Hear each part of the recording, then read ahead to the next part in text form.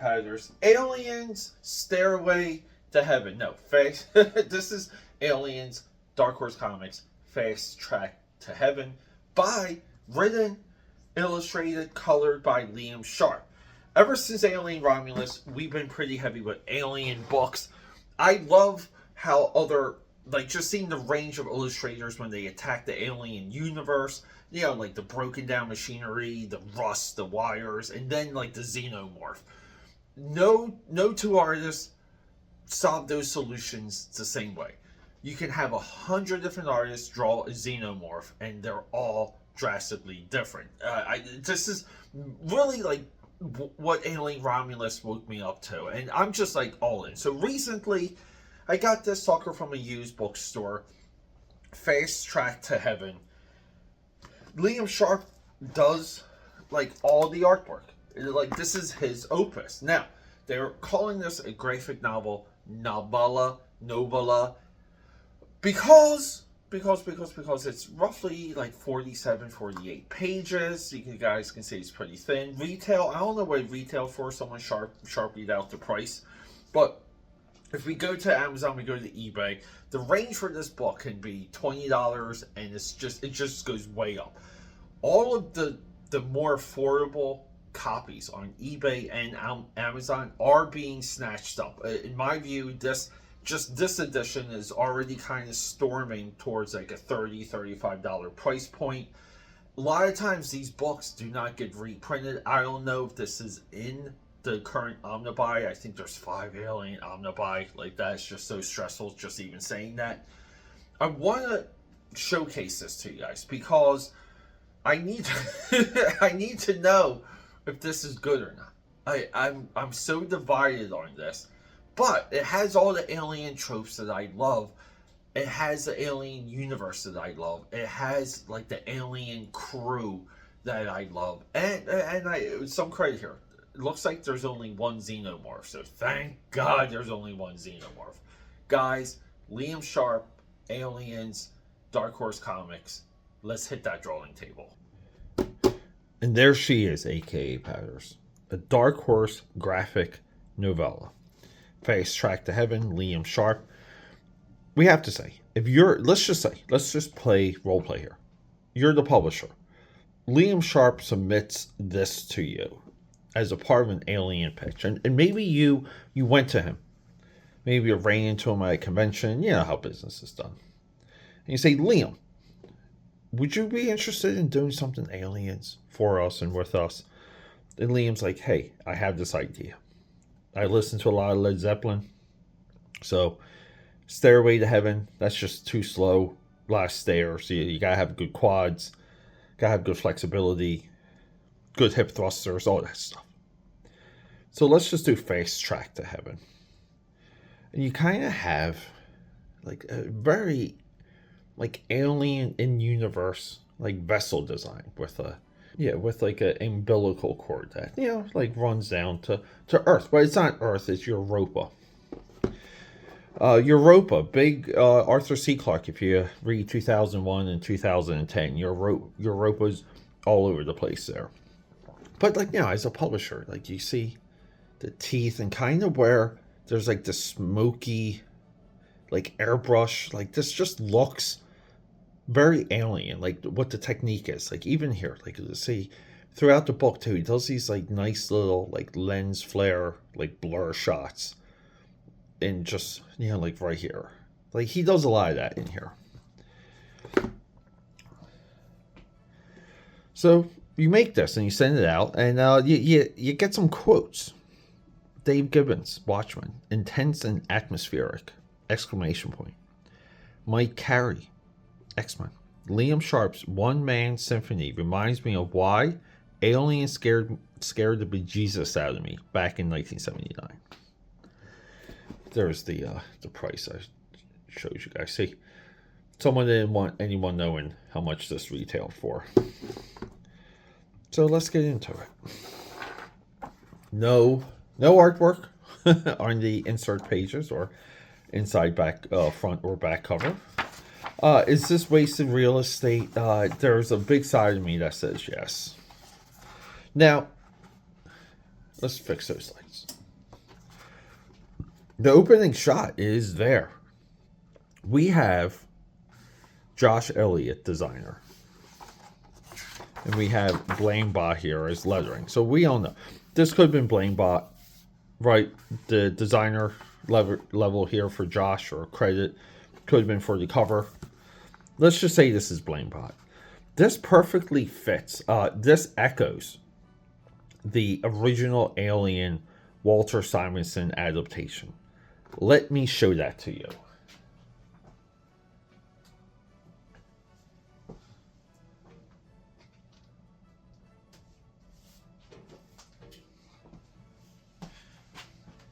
As previously featured on this channel, Heavy Metal presents Alien, an illustrated story. Archie Goodwin, Walter Simonson.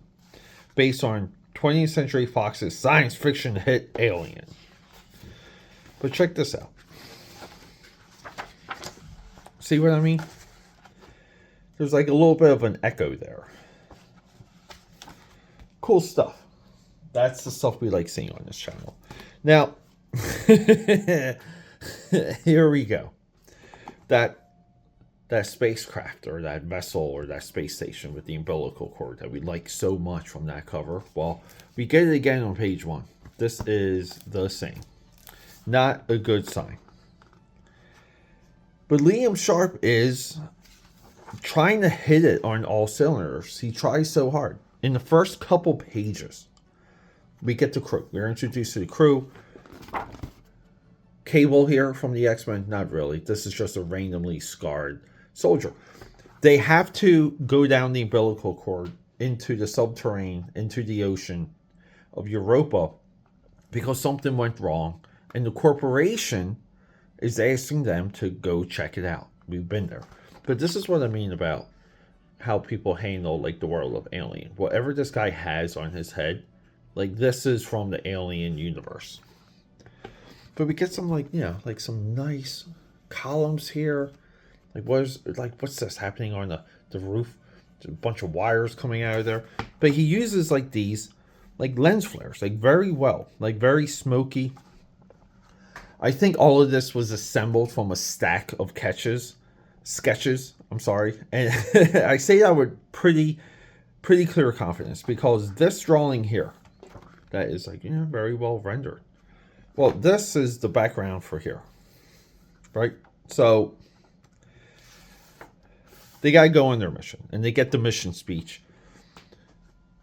All of the crew, like the heads of state, all your red shirts, they're easily tagged. We know each one.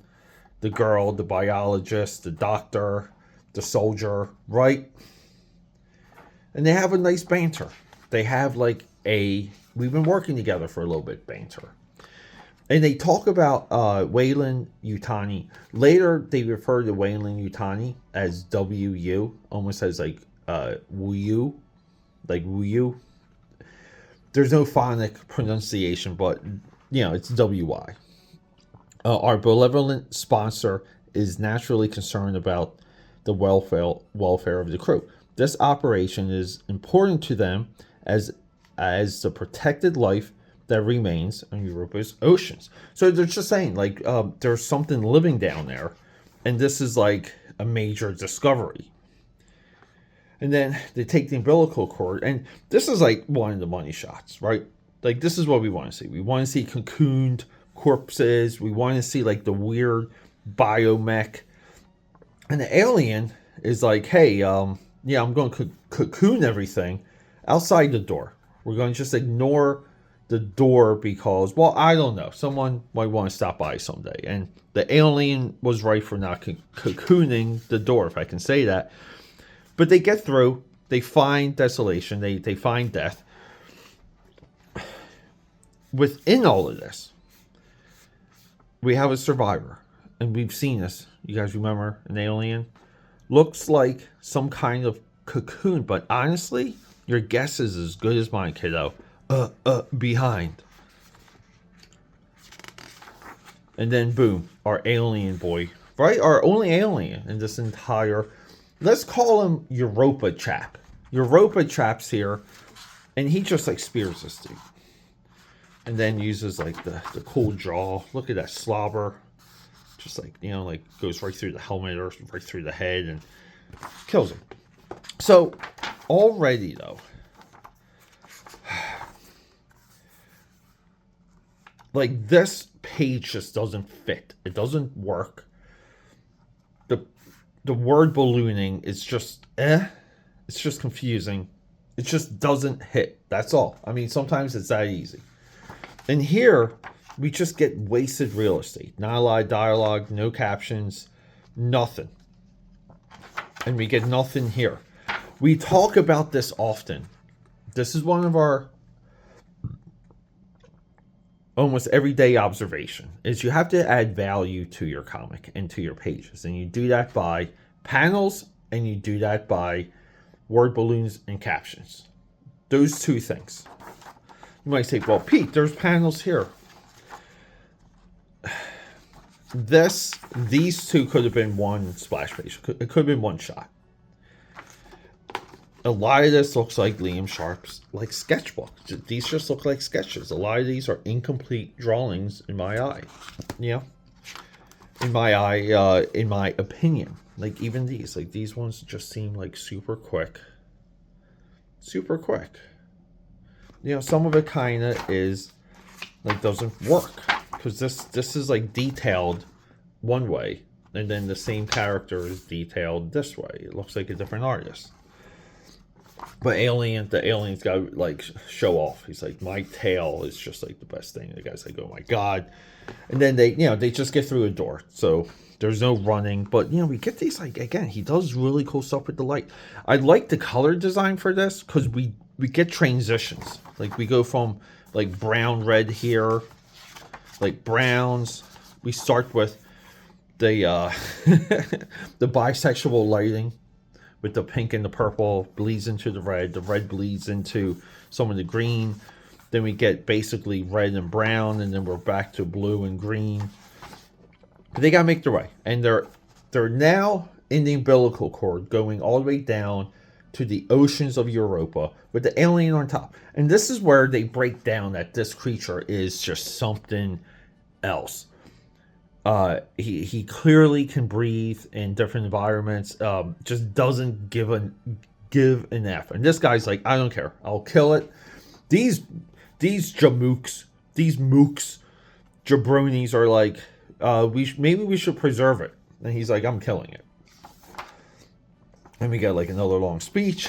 They're still taking the elevator down. I would detail some of this, but you know, like it kind of just like, so you all ready to run. Like your ass is leaking gasoline, and I'm right behind you with a lighter, okay? So that's it. You know, our soldier lays it out.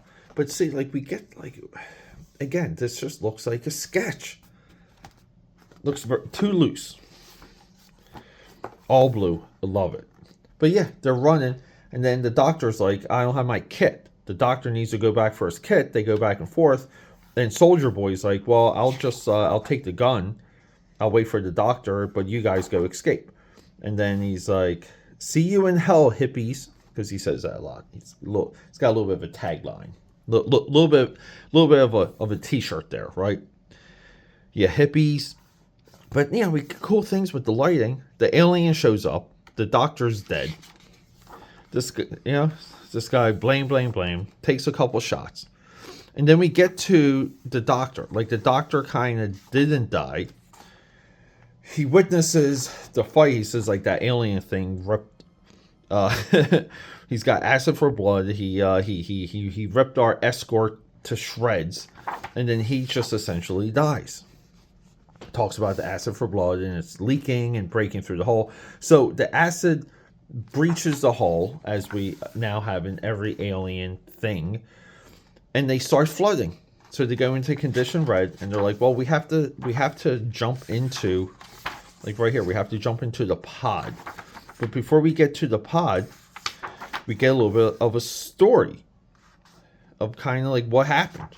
And they're like, how did that thing? Because they're talking about something that they heard, like a legend or something. You know, they heard this story, they tell this story, and the creature bursts out of the guy's chest, and they're like, how is that possible? So like they're not even like putting anything together. Like so far at this point, the audience holds all the cards. Like we know everything to do with the alien. These mooks don't. But then we get the smart guy. I mean, like, again, like, this is a type of rendering we would want throughout the entire book. But they're in the pod. And they're like, well, maybe we can lure the creature. Clearly, you know, we have a broken, right here, see the hole in the access conduit. It's busted, so they can't go there. But they're in their pod. And then the alien boy shows up because they were trying to lure him to maybe trick the alien. They were going to like dump him into like this abyss, but that doesn't happen because the alien goes crazy. He goes YOLO, starts breaking things apart, and they start to flood and sink. And then here we go. Just you and me, baby. Smoke? Question mark? Because he's got like a little cigar there, and then like we're done. We're done. Can I get 10 more pages? So here's the wild thing. I'll tell you what I like. And see, we see the little escape pod with the little alien guy there. So there's a scene. There's a little bit of a dialogue. It might be here, or it might be here. So they're talking about the corporation, like Weyland Yunani, and they're basically debating. Like, did they know this thing was here? Like, did we get set up? Are we expendable? They talk throughout this adventure as if they are expendable, but they're blue collar, right? So like all blue collar people talk like that. Not a big deal, right? But they kind of debate if this was a setup or not. And then we get pretty much of a doctor's log. The doctor that had to go back for his kit. Needless to say, I am extremely excited for this new development. There has not been such a discovery here on Europa for almost 50 years. I trust as our benefactor, Weyland Yunani, will be delighted to have a further hand in conserving the only neighboring life form found to be indigenous to our local solar system. It is an example all corporations can learn from and clear a message that conservation, not exploitation, is at the heart of Weyland Yunani efforts. So this passage here spins the character of Weyland Yunani to where maybe they're just trying to preserve this thing. Maybe they just need to get their hands on it. Maybe, right? Because even we go into the canon, even with Alien 4 Resurrection and everything, all the stories that stem that Alien, the military's the one that's kind of corrupting and breeding the alien. It's an interesting thought. So that's Liam Sharp's contribution to the alien, like, lore mythology. I'm sure a lot of people missed that point. And essentially we get this idea that they're like frozen. They're frozen in this like channel here, or this abyss, because of, like, there's some explanation to why, like, I think like the oxygen oxidizes and looks like a black smoke. I bought this for $10. I think it's worth it for $10, but the reason why I brought up the pricing earlier is if you're spending more than $10 for this, it's challenging. It really is. I don't think the artwork is there to just buy it for $10, if you know what I mean. Like, just, I want to have this for the artwork. I think a lot of the artwork is too fast. And I don't know how long it took them to this. I mean, Darkest Chris said, hey, can you have something in July? And he goes, well, that's 3 days from now. It's like, good, thanks. But Liam Sharp is he's one of the modern day greats. And he's another one I would like to focus on a little bit more on this channel. So be on the lookout. More Liam Sharp and more Aliens, because we just love this stuff.